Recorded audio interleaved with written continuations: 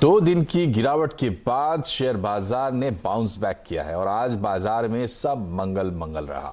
रूस यूक्रेन संकट में नरमी की खबर से बाजार ने उछाल पकड़ा। निफ्टी में 1 फरवरी 2021 के बाद सबसे बड़ी इंट्राडे तेजी आई है। बीएसई के सभी सेक्टर इंडेक्स बढ़त पर बंद हुए। स्मॉल और मिड कैप में शानदार चमक दिखी। सेंसेक्स 1736 पॉइंट चढ़कर 58,142 पर और निफ्टी 510 पॉइंट चढ़कर 17,352 पर बंद हुआ। और डिटेल लेते हैं सुमित मेहरोत्रा से। सुमित, बताएं, बाजार में शानदार रिकवरी, बहुत जोरदार तेजी, क्या हाइलाइट्स रही आज की? देखिए, आज सुबह जो संकेत आए थे भारतीय बाजारों के लिए वो मोरलेस फ्लैट थे, फ्लैट टू पॉजिटिव साइड पे खुले थे, लेकिन धीरे धीरे बाजारों में एक लैकलस्टर सा ट्रेड देखने को मिल रहा था। सेकंड हाफ में रफ्तार पकड़ी और जब रफ्तार आई उसके बाद 17,100 के जोन्स टूटते ही वो और तेजी से 17,300 के जोन्स में जाते हुए दिखाई पड़े। तो एक बढ़िया शॉर्ट कवरिंग 17,000 के ऊपर मार्केट्स में आते हुए दिखाई पड़ी, लेकिन उसमें कई सारे ट्रिगर्स भी बने। मिसाल के तौर पे पहला ट्रिगर रशिया और रूस की तरफ से आता हुआ दिखाई पड़ा, जब जो सेना थी उसे वापस आने की बातचीत हुई, जिसका इंपैक्ट पहले क्रूड पे हुआ और क्रूड के गिरने का इंपैक्ट भी मार्केट के ऊपर पॉजिटिवली आता हुआ दिखाई पड़ा। तो मल्टीपल ट्रिगर्स जो कि भारतीय बाजारों में तेजी के लिए काम कर गए और साथ साथ शॉर्ट कवरिंग ऑब्वियसली एक सपोर्ट देते हुए दिखाई पड़ी। ये साफ साफ दिखाई पड़ी निफ्टी बैंक के अंदर, ये साफ साफ दिखाई पड़ी हैवी वेट्स के अंदर। आज सुबह रिलायंस, टीसीएस जैसे हैवी वेट्स मार्केट को सपोर्ट कर रहे थे, फिर धीरे धीरे वो सपोर्ट जो है बढ़ता हुआ बाकी बैंकिंग या मिड कैप स्मॉल की तरफ एक्सटेंड होता हुआ दिखाई पड़ा। लेकिन ओवरऑल एक बढ़िया मूड माहौल के साथ मार्केट्स क्लोज होते हुए दिखाई पड़े और कल की जितनी गिरावट थी आज बाजार ने पूरी तरह से उसको रिकवर कर लिया। तो इस तेजी के माहौल में सुमित, ये बताइए सबसे ज्यादा एक्शन कहां रहा, बढ़त पे कौन? देखा जाए तो सबसे पहले निफ्टी के टाटा मोटर्स, ये नाम सबसे ऊपर आया, आज निफ्टी के टॉप गेनर्स में शुमार हुआ। इसके अलावा आयशर मोटर्स, श्री सीमेंट और हीरो मोटोकॉर्प, यानी कि 4 में से जो 3 शेयर थे वो ऑटो स्पेस की तरफ से आते हुए दिखाई पड़े। इसके अलावा निफ्टी लूजर्स में आज महज 2 नाम, कल निफ्टी गेनर में एक नाम था ओएनजीसी और आज निफ्टी लूजर में एक नाम है ओएनजीसी, जो कि 1.5% के आसपास की गिरावट बंद हुआ और सिप्ला जो कि ब्लॉक डील की वजह से 3-3.5% टूटता हुआ दिखाई पड़ा। मिड कैप में एलआईसी हाउसिंग फाइनेंस 8% ऊपर, जी एंटरटेनमेंट 7.5% ऊपर, एसआरएफ 6.5% ऊपर और वोडाफोन आइडिया करीब 5% की तेजी वहां पे आते हुए दिखाई पड़ी। मिड कैप लूजर्स में आज मन्नापुरम करीब 11% नीचे, नंबर्स का इंपैक्ट यहां पर देखने को मिला। एस्ट्रल लिमिटेड 2% नीचे, सन टीवी 1% नीचे और कमेंस इंडिया करीब फ्लैट टू नेगेटिव टोन पर बंद होता हुआ दिखाई पड़ा। एफ&ओ में आज लीड कर रहा था एलआईसी हाउसिंग फाइनेंस 8% ऊपर, जी एंटरटेनमेंट, डेल्टा कॉप और जुबिलेंट फूड आज सुबह 2900 के जोन में भी गया, लेकिन वहां से पुल बैक के बाद 3100 3150 के जोन में आता हुआ दिखाई पड़ा।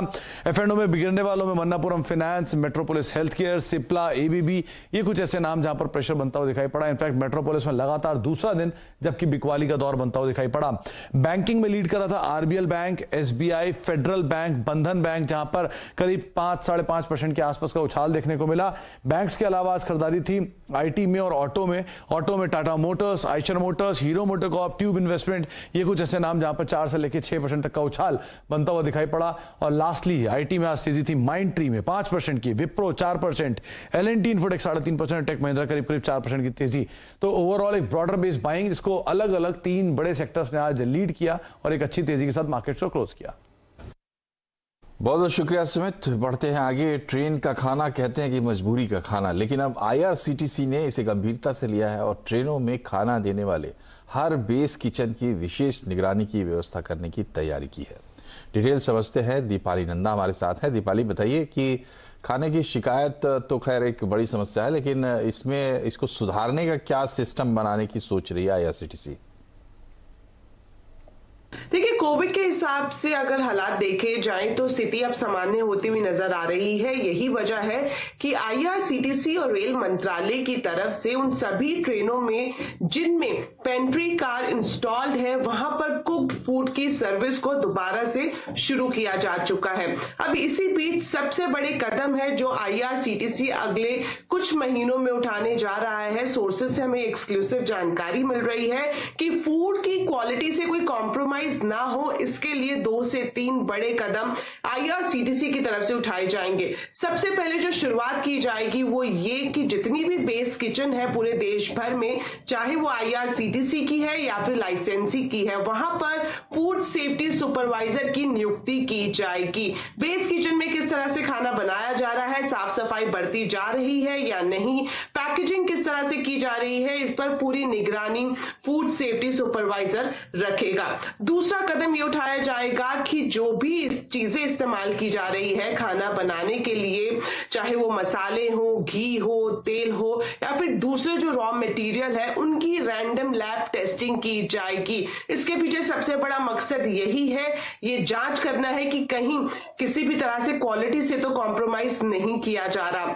तीसरा कदम ये होगा कि जितने भी रेल यात्री जो उन खाने को खाएंगे यात्रा के दौरान, उनसे फीडबैक लिया जाएगा और ये फीडबैक रेलवे या फिर आईआरसीटीसी नहीं बल्कि एक थर्ड पार्टी एजेंसी लेगी। तो ये 3 बड़े कदम है जो अगले कुछ ही महीनों में उठाए जाएंगे आईआरसीटीसी की तरफ से, ताकि जो आए दिन शिकायतें आईआरसीटीसी को मिलती है अक्सर फूड की क्वालिटी और क्वांटिटी को लेकर, उन शिकायतों को दूर किया जा सके। बहुत बहुत शुक्रिया दीपाली। तो ये रेलवे में जो आपका सफर होता है उसको और बेहतर बनाने की एक पहल, लेकिन इसके साथ ही भारतीय रेलों में सपनों से जुड़ी एक कहानी की बात। अहमदाबाद मुंबई बुलेट ट्रेन का काम जल्द ही शुरू होने वाला है। गुजरात में बुलेट ट्रेन के लिए जमीन अधिग्रहण का काम पूरा हो चुका है। डिटेल लेते हैं हमारे अहमदाबाद संवाददाता मनीष देसाई से। बताएं मनीष, क्या डेवलपमेंट है बुलेट ट्रेन के कामकाज को लेकर? जी देखिए, प्रधानमंत्री का जो ड्रीम प्रोजेक्ट है बुलेट ट्रेन अहमदाबाद और मुंबई के बीच में शुरू होना है, इसके लिए ज़मीन संपादन की कामगिरी काफ़ी अरसे से चल रही थी। इसके लिए रेलवे कॉरपोरेशन और बुलेट ट्रेन अथॉरिटी जो है सभी लगे हुए थे। गुजरात में ये काम जो है 100% संपन्न हो चुका है, मतलब 100% ज़मीन का संपादन कर लिया गया है। महाराष्ट्र में करीब अभी 25% संपादन बाकी है। जो गुजरात के किसान हैं इनको अच्छी खासी रकम मिली है, मतलब पैसों की अगर बात करें तो जो ज़मीन एक्वायर की गई है उसके बदले में किसानों को 5,707 करोड़ रुपए का भुगतान किया गया है। और महाराष्ट्र की अगर बात करें, अब तक जो ज़मीन संपादन हुआ है उसके बदले में 2110 करोड़ रुपए का भुगतान किया गया है, मतलब काफ़ी अच्छी रकम किसानों को मिली है। टोटल कहा जाए तो अहमदाबाद से मुंबई के बीच का करीब 500 किलोमीटर के आसपास का ये पूरा स्ट्रेच होगा जिसमें बुलेट ट्रेन दौड़ेगी। इसमें से 350 किलोमीटर के आसपास का एरिया जो है वो गुजरात का है और बाकी 150 किलोमीटर के आसपास का हिस्सा महाराष्ट्र में आता है, जहां बड़े हिस्से में कहा जाए कि 350 किलोमीटर के लिए जो जमीन संपादन हो चुका है, उस हिसाब से देखा जाए तो जल्द ही ये काम शुरू हो जाएगा। हालांकि कुछ हिस्सों में काम शुरू हो भी चुका है बुलेट ट्रेन के लिए, और अनुमान ये है कि पहला जो फेज होगा वो सूरत से लेके वापी के बीच में चलेगा। बुलेट ट्रेन सबसे पहली वहां पर शुरुआत होगी और जैसे जैसे संपादन होते जाएगा जमीन का, धीरे धीरे पूरे बेल्ट में काम शुरू हो जाएगा। और अनुमान यह है कि 2025 या 26 तक बुलेट ट्रेन शुरू हो जाए। तो ये जो कामगिरी है बहुत जल्दी से हो रही है और इस पर सरकार भी और रेलवे कॉरपोरेशन भी लगा हुआ है। बहुत बहुत शुक्रिया मनीष तमाम अपडेट के लिए। और अब बात करते हैं चुनावी खबरों की। शुरू करते हैं चुनावी दंगल।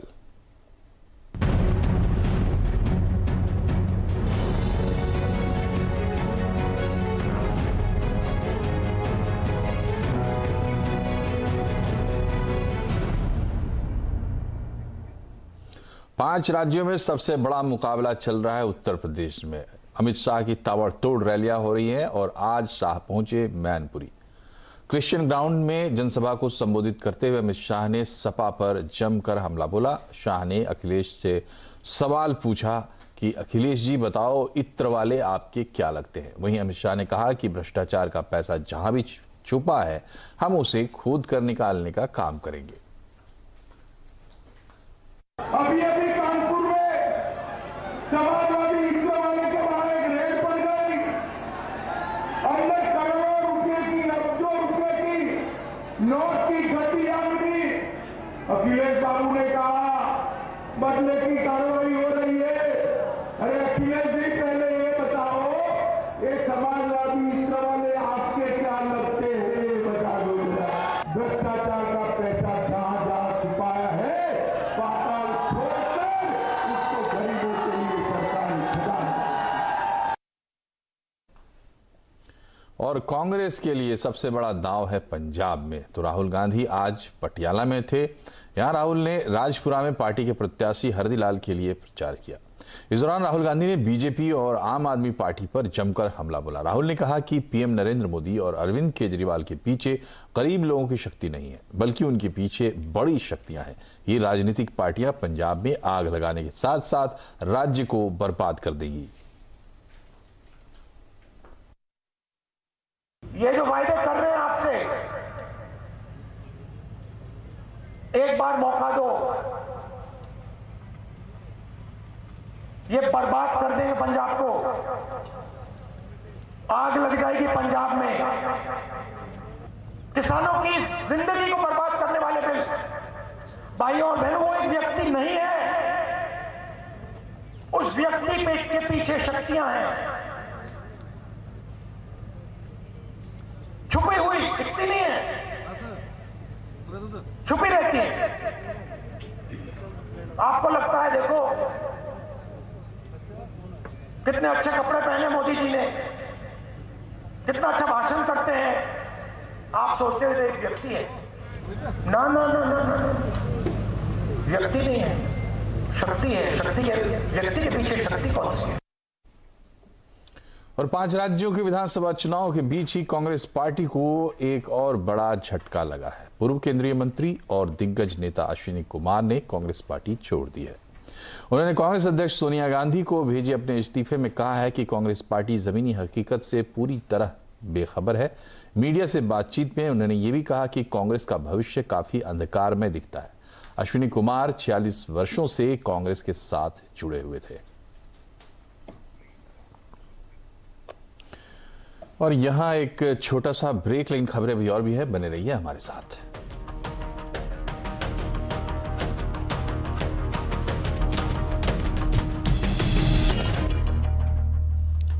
ब्रेक के बाद एक बार फिर से आपका स्वागत है आवाज समाचार में। चारा घोटाले के सबसे बड़े केस डोरंडा ट्रेजरी गबन के मामले में आज फैसला आ गया। मामले में रांची की सीबीआई की विशेष अदालत ने लालू प्रसाद यादव को दोषी करार दिया है। सजा का ऐलान 21 फरवरी को होगा। कोर्ट की ओर से दोषी करार देते ही पुलिस ने आरजेडी सुप्रीमो को हिरासत में ले लिया। इसके बाद उनके वकील के अनुरोध पर उन्हें जेल न भेजकर रिम्स अस्पताल में भेजा गया। 21 फरवरी तक वो यहीं रहेंगे। बता दें कि मामले में डोरंडा कोषागार से 139 करोड़ की अवैध निकासी का आरोप है। 26 सितंबर 2005 को लालू प्रसाद समेत 148 आरोपियों के खिलाफ आरोप तय किया गया था। करीब 26 साल चले इस केस में सीबीआई की विशेष कोर्ट ने लालू प्रसाद यादव को दोषी करार दिया है। इससे पहले चारा घोटाले से जुड़े 4 मामलों में लालू दोषी करार दिए जा चुके हैं। पहले के सभी मामलों में लालू प्रसाद जमानत पर बाहर थे। यूक्रेन और रूस के बीच युद्ध की आशंका को देखते हुए भारतीय विदेश मंत्रालय ने आज यूक्रेन में अपने नागरिकों से अपील की है कि वो फिलहाल यूक्रेन से निकल जाएं। यही नहीं, कीव में भारतीय दूतावास ने अपने नागरिकों से कहा है कि वो गैर जरूरी यात्रा से भी बचें और देश के भीतर या बाहर ट्रैवल ना करें। खबरों के मुताबिक सैटेलाइट तस्वीरों से पता चला है कि रूस ने यूक्रेन की सीमा पर सैनिकों के जमावड़े को और बढ़ा दिया है। इसके बाद युद्ध की आशंका और गहरा गई। अमेरिका ने भी अपना राजनयिक दफ्तर और स्टाफ कीव से हटा दिया है, लेकिन रूसी रक्षा मंत्रालय दावा कर रहा है कि उनकी कुछ टुकड़ियां यूक्रेन सीमा से वापस लौट रही हैं। वहीं यूक्रेन सरकार ने भी कहा है कि रूस के जमावड़े पर लगाम कसी जा रही है, इस पर काम हो रहा है। संयुक्त अरब अमीरात के 7 अमीरातों में से एक अल कुवैन अब भारत के स्टार्टअप्स में निवेश करेगा। ये निवेश शिक्षा, बैंकिंग से लेकर फूड प्रोसेसिंग तक में काम करने वाले स्टार्टअप्स में होगा। अल कुवैन के शाही परिवार से ताल्लुक रखने वाले शेख माजिद राशिद उल मुल्ला ने इसके लिए बाकायदा भारत का दौरा किया। इस दौरान उन्होंने इंटरनेशनल एजुकेशन कंपनी visapaso.com, गुड़ बनाने वाली कंपनी जैगरोज, भारत में महिलाओं के लिए पहले नियो बैंकिंग प्लेटफॉर्म शेपेस और चंदन की खेती करने वाले 54acres.com के ऑफिस का उद्घाटन भी किया।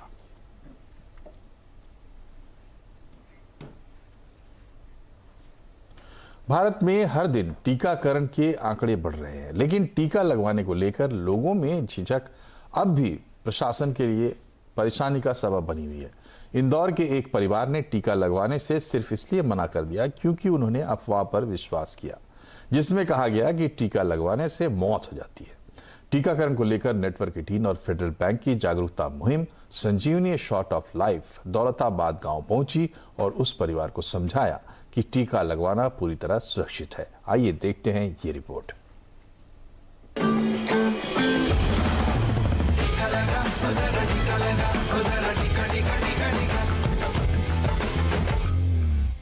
मुझे खुद कोविड हुआ, मैं खुद कोविड पेशेंट बन गया और कोविड पेशेंट बनने के बाद कोई मेरे नज़दीक नहीं आता था। फिर मैंने देखा कि मैं इतना दौड़ धूप करने वाला आदमी, सबके लिए दौड़ने वाला आदमी, मेरे नज़दीक कोई नहीं आ रहा है। अब जिनका कोई नहीं होगा उनका क्या होगा। हमने विचार किया कि अपने को इन लोगों को मदद करनी चाहिए। जैसे कि आर्थिक बात बोले तो पैसों की बात आ गई, तो पैसों के लिए भी हर किसी ने पैसा दिया और बाद में जब खाना देना है, नाश्ता देना है, पानी देना है, उस चीज़ के लिए तो हमारे गांव के सब लड़कों ने, बड़े ज्येष्ठों ने हमें मदद की। और उसके बाद हमारे गांव के जो आर्मी के जवान हैं मुझे फ़ोन करके बताया, बाबा जो भी मेडिकल लगता है आप ले लो, हम उनका पैसा दे देंगे। हम वो मेडिकल अस्पताल में पहुंचाया।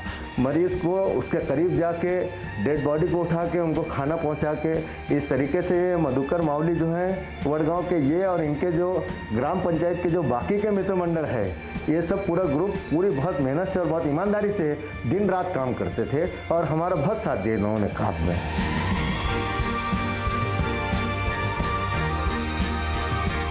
ग्रामीण भागों में बात ऐसी थी, लोगों के दिमाग में, मैंने आपको बताया कि लोगों में डर बैठा हुआ था। वो डर निकालने के लिए संजीवनी टीम ने उन लोगों को, उनके दिमाग में ये वैक्सीनेशन का जो फायदा है वो सब उन्होंने बहुत ही प्रयत्न करके हर किसी के दिल में बिठा दिया है।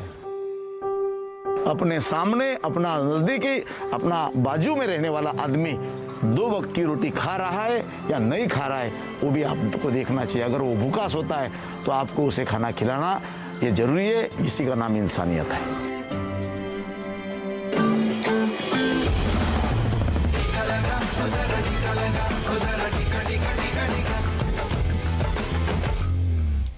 और इसी के साथ बुलेटिन में फिलहाल इतना ही, लेकिन खबरों पर लगातार अपडेट रहिए। CNBC आवाज से जुड़े रहिए। ट्विटर, फेसबुक और YouTube के जरिए अपना ख्याल रखिए। नमस्कार।